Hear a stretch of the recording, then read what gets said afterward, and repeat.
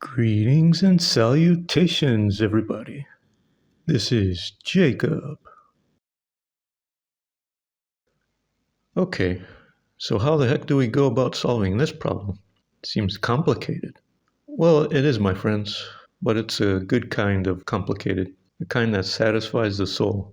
So stay tuned, guys, because you're in for a real treat with this one. So let's start from the beginning, as we always do. What does the problem state? It says that the snow falls at a constant rate. So let's try to come up with a function of the height of the snow on the ground in terms of t, for starters. First, let's make some definitions. We'll call k the constant rate at which the snow falls. Let a be the constant rate at which the snowplow removes snow. Let t, big T, be the time interval before noon in hours that it started snowing. So let's find h of t. So far we have dht over dt equals k. So we separate the variables and integrate both sides, and we get h of t equals kt plus c, the constant of integration. Since it started snowing big T hours before noon, and that means h of minus t equals 0. So we plug in that initial condition into our equation to find the constant of integration. So we have minus kt plus c equals 0, which is c equals kt. So now our height function is h of t equals k times t plus k times big T, which is k times t plus big T. Okay, now let's turn our attention to the snowplow. We said before that the rate of snow removal is a. So what does this equal to? It equals to a equals b times h of t minus dx dt. dx dt is obviously the speed of the snowplow. So the height of the snow is inversely proportional to the speed of the snowplow. So now we solve for dxt over dt, and we get dxt over dt equals a over b times h of t, which is a over k times b times t plus big T. So again, we separate the variables and integrate both sides, and we get x of t equals a over k times b times ln of absolute value of t plus big T plus the constant of integration. So let's plug in our initial condition, x of 0 equals 0, to find our constant of integration. So we have a over k times b of ln of t plus c equals 0, which is c equals minus a over k times b times ln of big T. So we plug that into our position equation, and we get x of t equals a over k times b times ln of absolute value of t plus big T minus a over k times b times ln of big T, which is this expression here. So now we go to our other initial conditions. What do they say? They say that the snowplow traverses 2 miles in the first hour and 1 mile in the second hour. So we have 2 equals the definite integral of 0 to 1 of dxt over dt times dt. And 1 equals the definite integral of 1 to 2 of dxt over dt. But we've already integrated the velocity function and found the position of the snowplow with respect to t. So we just plug in the endpoints. So now we have this expression here. And from our logarithmic identities, we end up with a over k times b times ln of 1 plus big T over big T. And the other initial condition is this expression here, which is a over k times b times ln of 2 plus t over 1 plus t. So in order to get rid of the a over k times b constant, we divide the two equations, and we get ln of 1 plus big T over big T all over ln of 2 plus big T over 1 plus big T equals 2, which is 2 times ln of 2 plus big T over 1 plus big T equals ln of 1 plus big T over big T. And from the power rule of the logarithmic identities, we have this expression here. So we get rid of the ln's by raising both sides by e, and we get this expression here. And we do the calculations and all the algebraic manipulations, and we end up with a quadratic equation, big T squared plus big T minus 1 equals 0. The square roots are big T equals minus 1 plus or minus square root of 5 all over 2. But one of the solutions is a negative number. So our solution is big T equals the square root of 5 minus 1 all over 2, which is approximately 0.61 hours. So converting that into minutes, we get big T equals 0.618 times 60 equals approximately 37 minutes. So 37 minutes before noon, it started snowing, and the time was approximately 11:23 a.m. And that's your answer. 11:23 a.m. Sounds like an intuitive answer, if you ask me. But hold on, we're not done yet. We're just getting started, my friends. What we just solved was a classical snowplow problem. Now I'm going to give you a modern twist to that problem, a modern variant, which is called the Great Snowplow Chase. It's a pretty wild puzzle, so if you want to give that one a shot as well, and keep watching. It's as follows.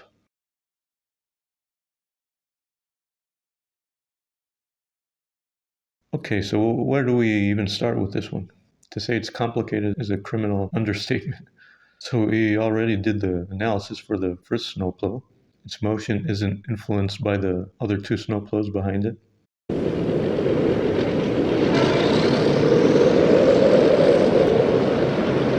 Of course, whenever a snowplow passes through a point X, then the height of the snow resets to 0. So the snowplow that's in front will undoubtedly influence the motion of the ones behind it. For starters, let's define some parameters. Let's call the position of the first snowplow x1, the time it takes to get there t1, its speed v1, and the height of the snow in front of it h1. So we have v1 equals a over k times b times t1 plus big T, like we did before. So we have v2 equals 8 over k times b times h2 of t. So now the height that the snow is at when the second snowplow is at x2 is k times the difference between when the first snowplow plowed through that point and the time it took the second snowplow to get there. So we have h2 of x2 equals k times t2 minus t1. We do the same with the third snowplow. We have h3 of x3 equals k times t3 minus t2. So now we have the three speed equations. Since the right side of these equations are in terms of t1, t2, and t3, then we'll switch the variables. We'll make x the independent variable and t the dependent variable. So now we have dt1 over dx equals kb times t1 plus big T all over a. dt2 over dx equals k times b times t2 minus t1 all over a, and dt3 over dx equals k times b times t3 minus t2 all over a. So this k times b over a, we'll just combine it into one constant and call it big A. So let's solve these equations one by one, starting with the first one. So we have dt1 over dx equals big A times t1 plus big A times big T, which is dt1 over dx minus big A times t1 equals big A times big T, which is an inhomogeneous differential equation of the form of dy dx plus p of x times y equals q of x. So how do we solve this one? We multiply both sides with an integrating factor, which is e to the power of integral of p of x dx. In this case, it's e to the negative big A times x. So now we have e to the negative big A times x times dt1 over dx minus big A times e to the negative big A times x times t1 equals big A times big T equals e to the negative big A times x. And the left side of this equation is the product rule of differentiation. So we rewrite this left side as d of e to the power of negative big A times x times t1 all over dx equals big A times big T times e to the power of negative big A times x. So now we integrate both sides with respect to x, and we get this expression here. Plug in the initial condition, t1 of 0 equals 0, to determine c1, which is 0 equals minus big T plus c1, which is c1 equals t. So now we multiply both sides by e to the big A times x, and we get t1 of x equals big T times e to the big A times x minus big T equals big T times e to the big A times x minus 1, which is our equation of motion for the first snowplow. One down, two to go, my friends. So now let's go to our second plow. So we have dt2 over dx equals big A times t2 minus t1, which is dt2 over dx equals big A times t2 minus big A times t1. And we plug in our first equation to this one, and we get this expression here. So we multiply both sides with the integrating factor, e to the negative big A x, and we get this expression here. And the left side is, again, the product rule, and we rewrite this left side as d e to the negative ax times t2 over dx equals negative at plus a times t times e to the negative ax. And we integrate both sides, and we get this expression here. Multiply both sides by e to the ax, like before, and we get this expression here. plug in the initial condition, t2 of 0 equals 1. So we get 1 equals minus t plus c2, which is c2 equals 1 plus t. So now we have the solution for our second plow, which is t2 of x equals this expression here, as you see here. 2 down, 1 to go. Let's go to our third equation now. So we have dt3 over dx equals a times t3 minus t2, which is a times t3 minus a times e to the ax times negative a tx plus 1 plus t plus at, which is dt3 over dx minus a times t3 equals negative ae to the ax times negative atx plus 1 plus t plus at. Again, we multiply both sides by e to the negative ax, and we get this expression here. The left side is exact and can be written as the product rule as before. So we rewrite it. We get this expression here. We integrate both sides and we get this expression here. And we multiply both sides by e to the ax as we did before, and we get t3 equals this expression here. We plug in our initial condition, t3 of 0 equals 2, and we get 2 equals minus t plus c3, to c3 equals 2 plus t. And we plug that into our equation, and we get t3 of x equals this big expression here. So now we have the equations for all three snowplows. What do we do with them? So since these plows collide at the same time, we call xc the place where they collide, and tc the time of collision. So now we have this system of equations to solve. T1 of xc equals tc, T2 of xc equals tc, and T3 of xc equals tc. Correct? So let's write out our equations. So this is our first equation, this is our second equation, and this is our third equation. So we have this system of equations to solve. And it looks confusing as heck, I know. This is the hardest part of the video, by the way. Not the calculus bit, but this algebra bit. How to solve this system of equations. I know what you're wondering about. You're wondering how we can solve a system of three equations with four variables. There's t, there's a, there's xc, and there's tc, four variables. So how the heck do we solve this, you say? Yes, to the naked eye, it looks like four variables, but really there are only three variables. You combine two variables into one variable, so you can reduce the number of variables. So look closely. You combine big A and x of c into one, a times xc. So there are three variables, big T, t of c, and big A times x of c.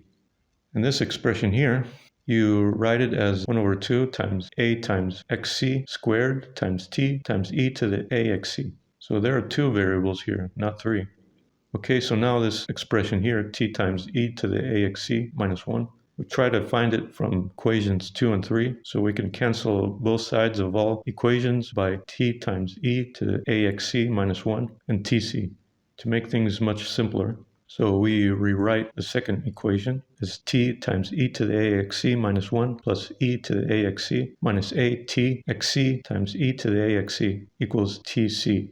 This is our second equation, and equation 3 has this expression here. So these are our reformed equations. We cancel out t times e to the axc minus 1 and tc from all these equations, and we're left with two equations and two variables.